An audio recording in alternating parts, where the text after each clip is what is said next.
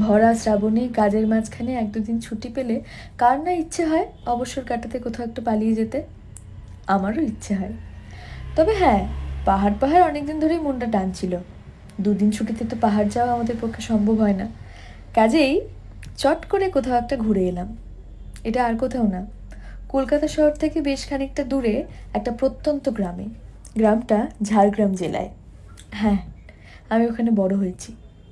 তবে ঝাড়গ্রামে থাকাকালীন কখনোই ঝাড়গ্রামের ভেতর থেকে জঙ্গলে গিয়ে রিসর্টে থাকার কথা কল্পনাও করিনি কেউ। কিন্তু এখন মনে হয় ঘুরতে গিয়ে শহরে না থেকে যদি গ্রামে জঙ্গলের মাঝখানে কোথাও একটা থাকা যায়, মন্দ হয় না। তার মধ্যে এরকম সকাল থেকে ঝমঝমিয়ে বৃষ্টি পড়লে উফ, মেজাজটাই আলাদা।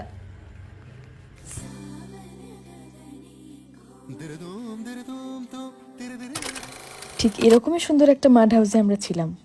হ্যাঁ, নর্মাল রুমেও থাকার অপশন ছিল, কিন্তু